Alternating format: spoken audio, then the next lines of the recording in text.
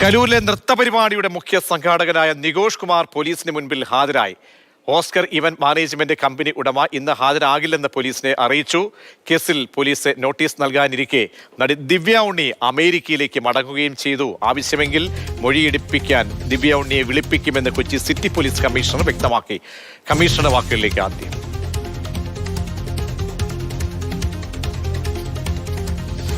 അവിടെ നമുക്ക് ഈ എല്ലാ വകുപ്പുകളിൽ നിന്ന് വെരിഫിക്കേഷൻ നടത്തിയിട്ട് അവരുടേതായിട്ടുള്ള പെർമിഷൻസ് ഇവർ എടുത്തിട്ടുണ്ടോ അല്ലോ എന്ന വിവരങ്ങൾ നമ്മൾ ശേഖരിക്കുകയാണ്. ഇപ്പോൾ ഇതിനകത്ത് പല ആൾക്കാർക്ക് പല റോൾസ് ഉണ്ടാവും അല്ലേ. നമുക്ക് പ്രത്യേകിച്ച് നമ്മൾ നോക്കി വരുന്നത് ഈ സ്റ്റേജിൻ്റെ കൺസ്ട്രക്ഷനും മറ്റ് അതുമായി ബന്ധപ്പെട്ടുള്ള കാര്യങ്ങളാണ് നമ്മൾ ഫോക്കസ് ചെയ്ത് ഇൻവെസ്റ്റിഗേറ്റ് ചെയ്യുന്നത്.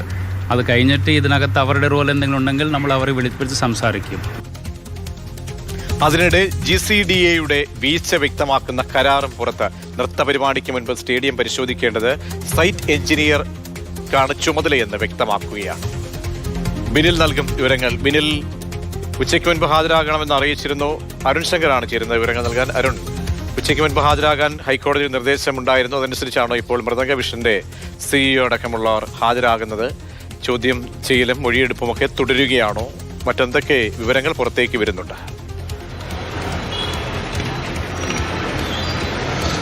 ഉമാ തോമസ് വീണ് പരിക്കേറ്റ പരിപാടിയുടെ സംഘാടകനായ മൃദംഗ വിഷൻ CEO നികോഷ് കുമാറാണ് ഇപ്പോൾ പാലാരോട്ടെ പോലീസ് മുമ്പാകെ ഹാജരായിരിക്കുന്നത്. ഇയാൾ നേരത്തെ മുൻകൂർ ജാമ്യം നേടി ഹൈക്കോടതിയെ സമീപിച്ചിരുന്നു. ഹൈക്കോടതിയാണ് ഇന്ന് ഉച്ചയ്ക്ക് 2 മണിക്ക് മുൻപ് പോലീസിൽ കീഴടങ്ങാൻ ആവശ്യപ്പെട്ടത്. ഇതിൻ്റെ അടിസ്ഥാനത്തിലാണ് നികോഷ് കുമാർ 2 മണിയോട് കൂടി പോലീസ് സ്റ്റേഷനിൽ ഹാജരായിരിക്കുന്നത്. ഇപ്പോൾ നികോഷിൻ്റെ ചോദ്യം ചെയ്യൽ തുടരുകയാണ്. മറ്റൊരു സംഘാടകനായ ഓസ്കർ ഇവന്റ് മാനേജ്മെന്റ് കമ്പനി ഉടമ ജനീഷിനോടും ഹാജരാകാൻ ആവശ്യപ്പെട്ടിരുന്നു. പക്ഷേ ആരോഗ്യ കാരണങ്ങളാൽ ഇന്ന് ഹാജരാകാൻ കഴിയില്ലെന്ന് ഇപ്പോൾ പോലീസിനെ അറിയിച്ചിരിക്കുകയാണ്.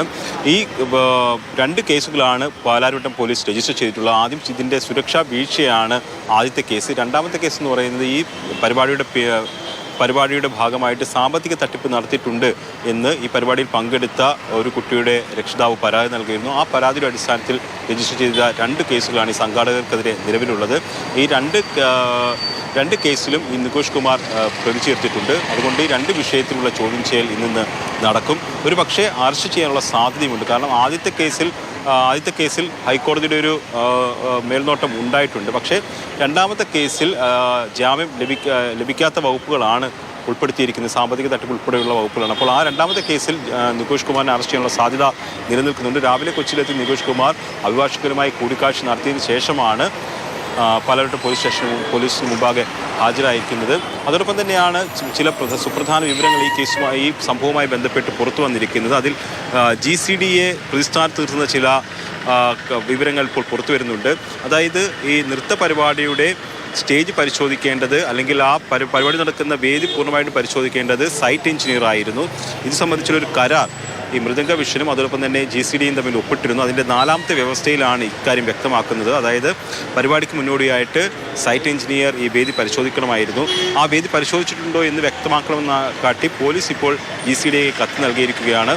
അത് പരിശോധിച്ചിട്ടുണ്ടെങ്കിൽ സൈറ്റ് എഞ്ചിനീയറുടെ ഭാഗത്തുനിന്ന് ഗുരുതര വീഴ്ച ഉണ്ടായി, പരിശോധിച്ചിട്ടില്ലെങ്കിൽ GCDAയുടെ ഭാഗത്തുനിന്ന് ഗുരുതര വീഴ്ച ഉണ്ടായി എന്നുള്ള നിഗമനത്തിലേക്ക് എത്താൻ കഴിയും. അപ്പോൾ GCDAയും കൂടി ഇതിനകത്ത് പ്രതിസ്ഥാനത്തേക്ക് വരുന്നു എന്നുള്ളതാണ് ഈ വ്യക്തമാകുന്നത്. ഈ സംഭവത്തിലെ പ്രാധാന്യം വളരെ പ്രധാനപ്പെട്ടതായിരുന്നില്ലേ? പോലീസിന് ഈ മൊഴിയെടുക്കാൻ സാധിക്കാതെ പോയത് എന്തുകൊണ്ടാണ്? കാരണം ഇന്നിപ്പോൾ രാജ്യം വിട്ടിരിക്കുകയാണ് നടി. അതേസമയം പോലീസിന്റെ പ്രതികരണമായി വരുന്ന ആവശ്യമെങ്കിൽ വിളിപ്പിക്കും എന്നുള്ളതാണ്. അപ്പോൾ മൊഴിയെടുപ്പുമായി ബന്ധപ്പെട്ട് ആദ്യഘട്ടത്തിൽ CEOയുടെ ചോദ്യം ചെയ്യലാണ് പുരോഗമിക്കുന്നത്. ദിവ്യാണ്ണിയുടെ അടക്കമുള്ള ആളുകളിലേക്ക് ചോദ്യം ചെയ്യലോ അല്ലെങ്കിൽ മൊഴിയെടുപ്പൊക്കെയുള്ള കാര്യങ്ങളിൽ എന്ത് വ്യക്തതയാണ് ഇപ്പോൾ അന്വേഷണ സംഘം വരുത്തുന്നത്? ഈ ദിവ്യ ഉണ്ണി മൃദംഗ വിഷന്റെ ഒരു ബ്രാൻഡ് അംബാസിഡർ എന്ന രീതിയിലാണ് അവർ ഉയർത്തിക്കാട്ടിയിരുന്നത്.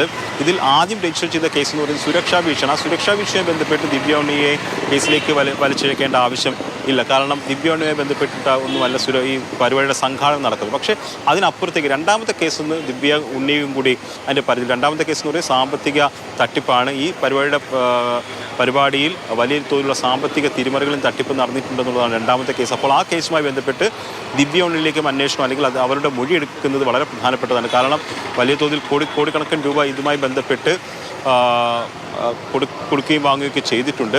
അപ്പോൾ ദിവ്യ ഉണ്ണിക്ക് അതിൽ എന്താണ് പങ്ക് എന്നുള്ളൊരു ചോദ്യം അവിടെ ഉയരുന്നുണ്ട്. അപ്പോൾ അക്കാര്യത്തിലൊരു മൊഴി ദിവ്യയുടെ ഭാഗത്ത് നിന്ന് എടുത്തേ മതിയാകൂ.